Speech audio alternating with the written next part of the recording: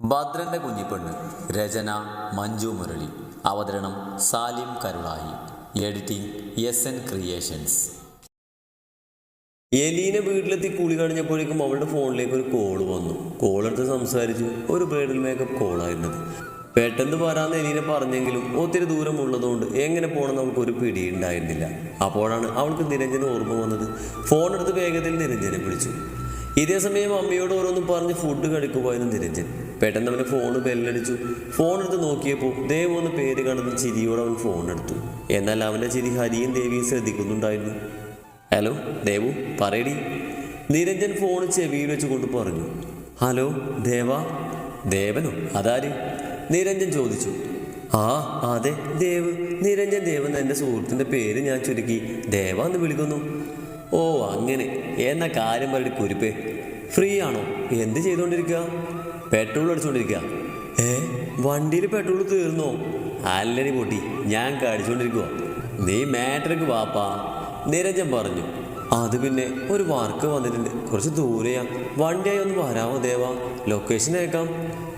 ഞാൻ വരാം. പകുതി പൈസ എനിക്ക് വേണം, അതായത് കിട്ടുന്നതിൽ പാതി. തരാം. ആ പൈസ എനിക്ക് ആവശ്യമുണ്ടായിട്ടില്ല. ഞാൻ നിന്റെ ഡ്രൈവറായിട്ട് നിനക്ക് തോന്നിയാലോ, അതാ. ഓ ഒന്ന് വേഗം മുണങ്ങിട്ട് വാ, ഞാനിവിടെ ഒരുങ്ങി നിൽക്കാം. ആ ദേ വരുന്നു.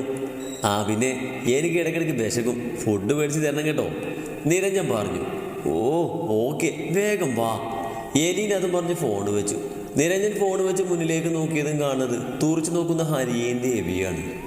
മമ്മി, ഡാഡി, എനിക്കൊരു സ്ഥലം വരെ പോകണം, ഞാൻ പോയേച്ചും വരാം. നിരഞ്ജൻ അതും പറഞ്ഞ് എഴുന്നേറ്റ് ഫോൺ എടുത്തുകൊണ്ട് അവിടുന്ന് പോയി. ഭദ്രനും നിത്യവും പൊന്നുവും ആദിയും അജിയും നന്ദുവും ഹാളിലെ സോഫയിലിരുന്ന് എന്തൊക്കെയോ സംസാരിച്ചുകൊണ്ടിരിക്കുകയാണ്. പെട്ടെന്നാണ് പൊന്നു പറഞ്ഞത്. ഇന്നൊരു ഗെയിം വെച്ചാലോ? പൊന്നു ചോദിച്ചു. എന്ത് ഗെയിം? ആജി ഇല്ലാതെയോ?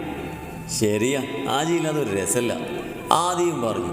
ആജിയേട്ടനെ നിരഞ്ജേട്ടനെ വിളിക്കാം. ഓക്കെ, എന്താ ഗെയിം? അതൊക്കെ രാത്രി പറയാം. ഇന്ന് രാത്രി തന്നെ നിങ്ങൾ എവിടെയാണ് ഹണിമൂണിന് പോകണമെന്ന് എല്ലാവരും കൂടെ തീരുമാനിക്കാം. എന്താ ഭദ്രൻ നിന്റെ അഭിപ്രായം? എന്താടാ അത് നിന്റെ അഭിപ്രായം? ഞാൻ ഓക്കെയാണ്. എന്നാ എനിക്ക് ഓക്കെയാണ്, ഭദ്രനും പറഞ്ഞു. എന്നാൽ പിന്നെ ഞാൻ റൂമിലോട്ട് പോട്ടെ, നാളെ കോളേജിൽ പോകണം, എല്ലാം ഒന്ന് സെറ്റാക്കാനുണ്ട് എന്നും പറഞ്ഞ് പൊന്നു പോയി.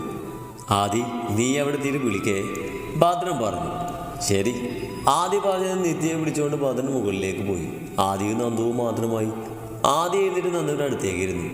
ശ്രീമോളെ, ഞാൻ പോയി വരാം. അവളുടെ കഴുത്തിൽ മുഖമോർത്തി ചുംബിച്ചുകൊണ്ട് ആദി പറഞ്ഞു. എന്നെ വിളിക്കുവോ? നന്ദു ആദിയുടെ മടിയിലേക്ക് കയറിയിരുന്നു കൊണ്ട് ചോദിച്ചു. വിളിക്കാം, ഫുഡ് കഴിക്കണം കേട്ടോ. നന്ദുവിൻ്റെ മുടിയടിച്ച് അവളുടെ ചെവിയിൽ പതിയെ കടിച്ചുകൊണ്ട് ആദി പറഞ്ഞു. നന്ദു അത് കുറുകി. ആദി പതിയെ അവളുടെ ടോപ്പ് പൊക്കി. നന്ദു ആദിയുടെ തോളിൽ കൈവച്ച് അവൻ്റെ പ്രവൃത്തിയെ നോക്കിക്കൊണ്ടിരുന്നു. ടോപ്പ് പൊക്കി ഇന്നറിന് പുറത്തൂടെ അവളുടെ മാറിന് പതിയെ കടിച്ചു. ആദ്യേട്ടാ, നന്ദു ഉയർന്ന് പൊങ്ങിക്കൊണ്ട് വിളിച്ചു. ഇന്നറിനുള്ളിൽ നിന്നും അവളുടെ മാറിനെ പുറത്തേക്ക് എടുത്ത് വായിലാക്കി അവൻ നുണഞ്ഞു. നന്ദു ആദിയുടെ തല കൂടുതൽ പിടിച്ചടിപ്പിച്ചു. മതിവരാതെ ആദ്യം അവളുടെ മാറിനെ കൈകൊണ്ട് ഞെരിച്ചു, മറ്റേത് വായിലാക്കി നുണഞ്ഞുകൊണ്ടിരുന്നു. ശേഷം അവളിൽ നിന്നും അകന്ന് മാറിക്കൊണ്ട് നന്ദുവിൻ്റെ ടോപ്പ് പഴയതുപോലെ ആക്കി കൊടുത്ത് അവൻ അവളെ മടിയിൽ നിന്നും എടുത്ത് നിലത്തേക്ക് നിർത്തി.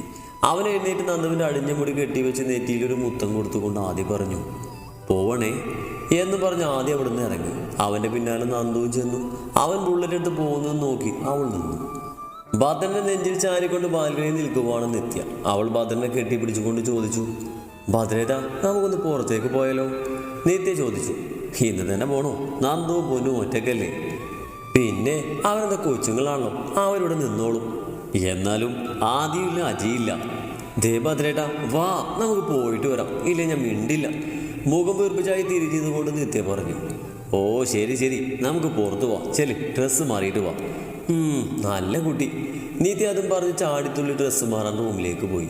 അവളുടെ പോക്ക് കണ്ട് ചിരിയോടെ ഭദ്രൻ നോക്കി നിന്നു.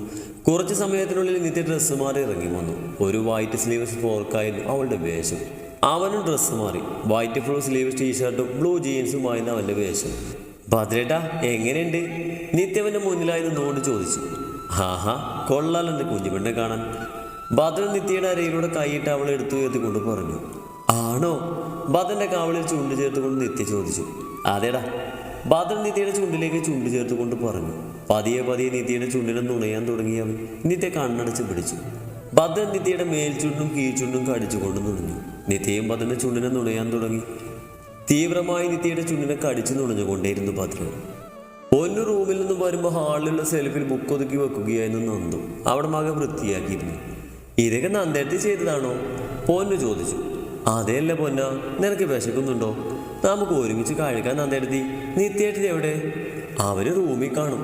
പുതുതായി കല്യാണം കഴിഞ്ഞവരല്ലേ പൊന്ന, ശല്യപ്പെടുത്തേണ്ട, നന്ദു പറഞ്ഞു. ആഹാ, എന്നാ ഞാൻ നിങ്ങളെ സഹായിക്കാം. വാ, ഇവിടെ കഴിഞ്ഞ് അടുക്കളയിൽ പോവാം. പൊന്നു നന്ദുവും കൂടെ അടുക്കളയിലേക്ക് കയറി. പൊന്നോടെയുള്ള സ്ലാബിലിരുന്നു. എന്താണ് പൊന്ന നിനക്ക് വേണ്ട കല്യാണം? നന്ദു ചോദിച്ചു. അത് വേണം. എന്താ, നിനക്ക് ആരെങ്കിലായിട്ട് എന്തെങ്കിലും പ്രേമുണ്ടോ? പറ, ആദ്യമായിട്ടോട് പറഞ്ഞ് ഞാൻ സെറ്റാക്കാം. നന്ദു പാത്രം കഴുകുന്നതിനിടയിൽ പറഞ്ഞു. ശരിക്കും? പൊന്നു സ്ലാബിന് ചാടിറങ്ങിക്കൊണ്ട് ചോദിച്ചു. ശരിക്കും സെറ്റാക്കി തരാം. ആരും ഉണ്ടെന്ന് ഉറപ്പായി. അത് അജിയേട്ടൻ, പൊന്നു പറഞ്ഞു. ആ, എനിക്ക് തോന്നി അന്ന് നിങ്ങൾ അടുക്കളയിൽ വെച്ച് കണ്ടപ്പോഴേ. നന്ദേട്ടത്തി, ആദ്യേട്ടൻ വരട്ടെ, ഇപ്പൊ നീ ചെന്ന് പാടിക്ക്, കുറച്ച് കഴിഞ്ഞ് ഞാൻ പറയാം, നന്ദു പറഞ്ഞു. അത് കേട്ട് പൊന്നു നന്ദുവിനെ കെട്ടിപ്പിടിച്ചുകൊണ്ട് ഉമ്മ കൊടുത്തു. ഹലോ, എന്താ ഇവിടെ പരിപാടി? അവിടേക്ക് വന്ന് നിത്യ ചോദിച്ചു. ആ, വന്നോ കുഞ്ഞിപ്പെണ്ണ്? പൊന്നു കളിയാക്കി. പൊന്ന വേണ്ടടി, നന്ദു പറഞ്ഞു.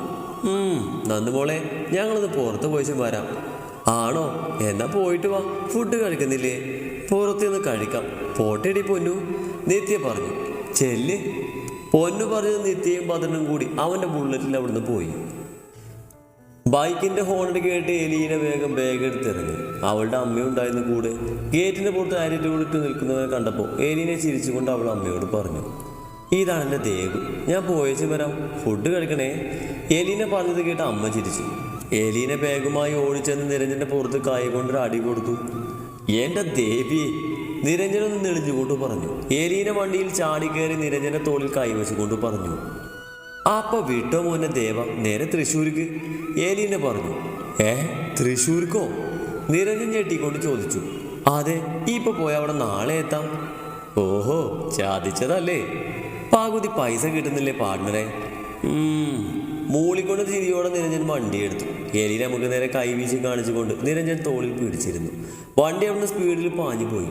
എന്നാൽ ഇതെല്ലാം അജിയുടെ വീട്ടിൽ നിന്നും അവൻ കാണുന്നുണ്ടായിരുന്നു. അവൻ്റെ മുഖത്തൊരു കുഞ്ഞു പുഞ്ചിരി വിടുന്നു. ശിവനാഥ ഗ്രൂപ്പിന്റെ മുന്നിൽ അവൾ നിന്ന് മുകളിലേക്ക് നോക്കി.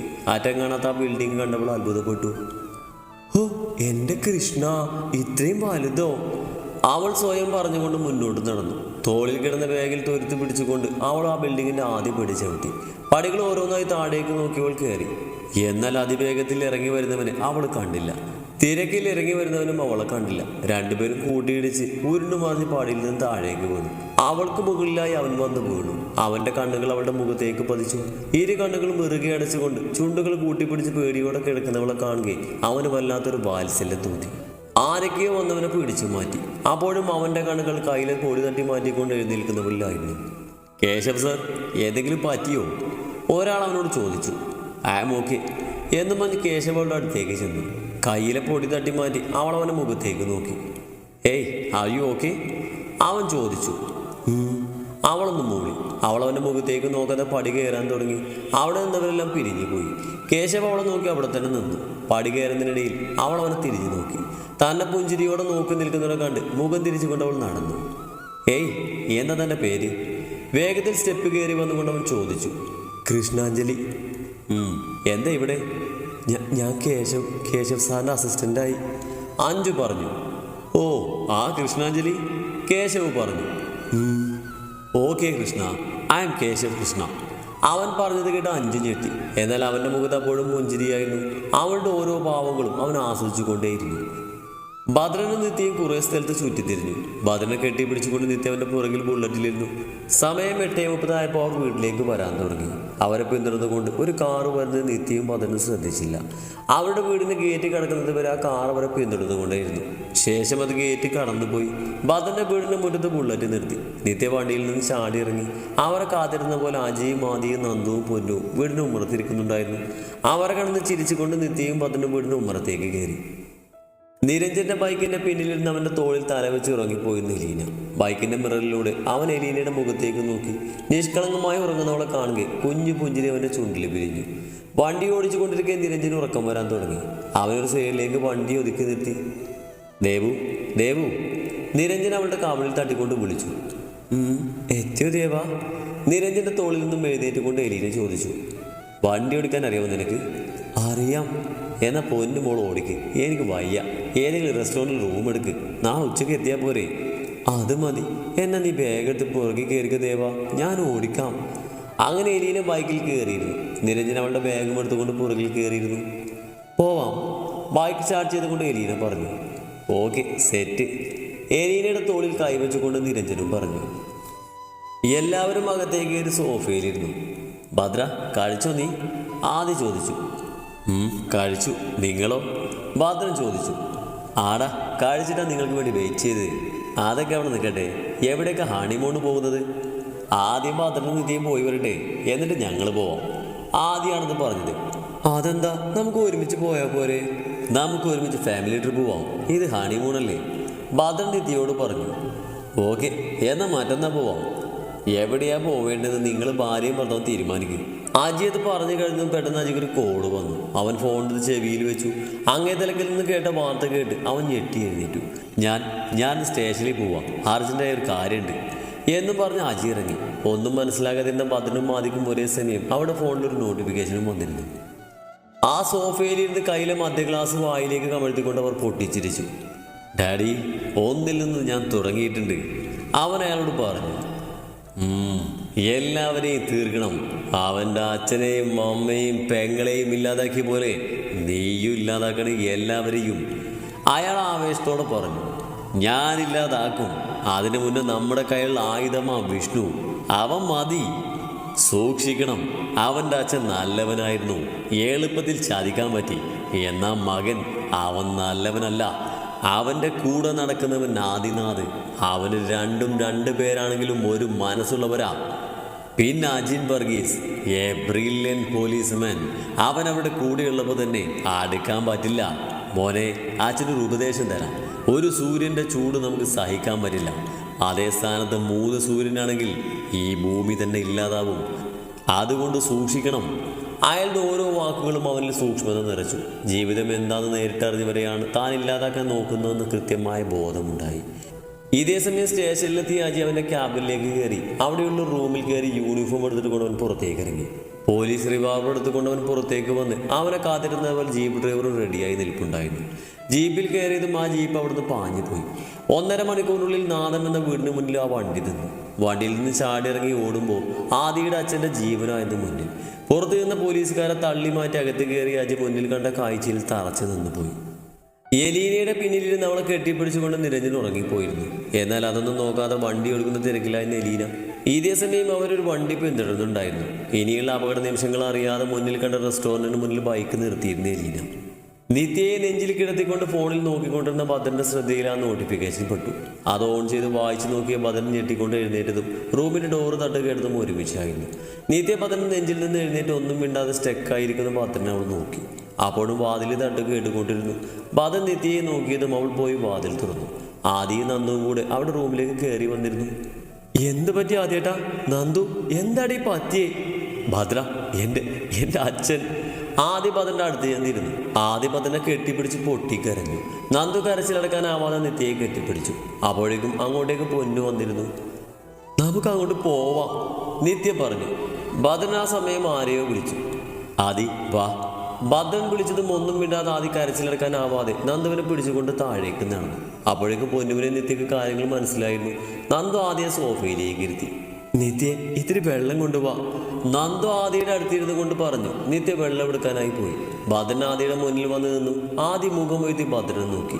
ഭദ്രൻ ആദിയുടെ മുഖം കയ്യിലെടുത്തു. ഭദ്ര, എൻ്റെ അച്ഛൻ, എനിക്ക് പോണം. അവൻ ഭദ്രനെ കെട്ടിപ്പിടിച്ച് കരഞ്ഞുകൊണ്ട് പറഞ്ഞു. പോവാം, നീ ഇങ്ങനെ കരയില്ലാതി. ഭദ്രൻ അവൻ്റെ തലയിൽ തലോടിക്കൊണ്ട് പറഞ്ഞു. നന്ദുവിന് ആദിയുടെ കരച്ചിൽ സഹിക്കാൻ പറ്റുന്നതിൽ അപ്പുറമായിരുന്നു. അവൾ മുഖംപത്തി കരഞ്ഞുകൊണ്ടിരുന്നു. അവളെ ആശ്വസിപ്പിക്കാൻ പൊന്നു നന്ദുവിൻ്റെ അടുത്തേക്കിരുന്നു. അപ്പോഴാണ് നിത്യ വെള്ളവുമായി വന്നത്. ആദ്യ വെള്ളം മേടിച്ച് ഒറ്റവലിക്ക് കുടിച്ചു തീർത്തു. പുറത്ത് കാറ് വന്ന് നിൽക്കുന്ന ശബ്ദം കേട്ട് എല്ലാവരും അങ്ങോട്ടേക്ക് നടന്നു. നിത്യ വാതിലടിച്ച് ലോക്ക് ചെയ്തു. കാറിൻ്റെ ബാക്ക് സീറ്റിൽ ആദ്യം നന്ദുവും പൊന്നുവും നിത്യയും കയറി. ഫ്രണ്ടിൽ ഭദ്രനും കയറി. ഡ്രൈവർ വണ്ടിയെടുത്തു. ആദ്യം നന്ദുവിൻ്റെ നെഞ്ചിലേക്ക് ചാഞ്ഞിരുന്നു. നന്ദു അവനെ നെഞ്ചിലേക്ക് ചേർത്തു. എന്തായിരുന്നു സംഭവിച്ചത്? ആദി വിഷ്ണുവിനോടായി ചോദിച്ചു. ഞാൻ വീട്ടിലെത്തിയപ്പോൾ അച്ഛൻ തൂങ്ങി നിൽക്കുമായിരുന്നു കണ്ടത്. വിഷ്ണു പൊട്ടിക്കരഞ്ഞുകൊണ്ട് പറഞ്ഞു. അച്ഛൻ്റെ മൂത്ത മകൻ വന്നിട്ട് പോസ്റ്റ്മോർട്ടത്തിന് അയക്കാം, വിഷ്ണു വിഷമിക്കേണ്ട, ആജി പറഞ്ഞു. എന്നാൽ എൻ്റെ അച്ഛൻ, വിഷ്ണു സോഫയിലേക്ക് ഇരുന്നു കൊണ്ട് പൊട്ടിക്കരഞ്ഞു. ആജി അവനെ ഒന്ന് നോക്കിയിട്ട് തൻ്റെ ഫോണിലേക്ക് ഓരോന്നിൻ്റെയും ഫോട്ടോ എടുത്തു. അന്നേരം അവൻ്റെ കണ്ണിലൊരു കാര്യം പെട്ടു. അതപ്പം തന്നെ അജി ഫോണിലേക്ക് പകർത്തി. ഇതേ സമയം ഒരു പോലീസുകാരൻ അജിയുടെ അടുത്ത് വന്ന് സെല്യൂട്ട് ചെയ്തുകൊണ്ട് പറഞ്ഞു, സാർ ആദിനാഥ് വന്നിട്ടുണ്ട്. അത് പറഞ്ഞ അയാൾ അവിടെ നിന്ന് പോയി. ഇതേ സമയം അകത്തേക്ക് പാഞ്ഞു വന്ന് ആദ്യം അജി പിടിച്ചു നിർത്തി. അജി, എൻ്റെ അച്ഛൻ!